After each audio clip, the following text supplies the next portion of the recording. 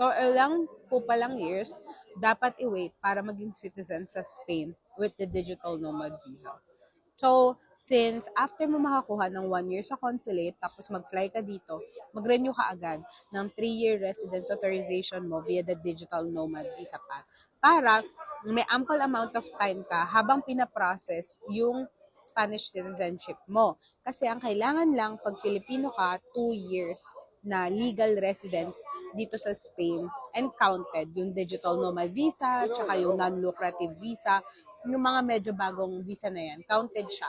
And after 2 years, pwede ka na mag-apply. So you just have to make sure na be diligent sa pag-keep ng residency receipts mo. Like, kumbaga yung empadron, yung sa TM mo, ganyan.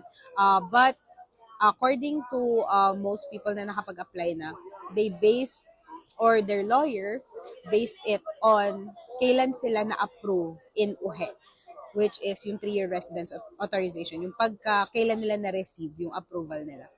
I hope that helps, and definitely if you have any more questions, please drop them down below. Thank you so much for watching. Ciao!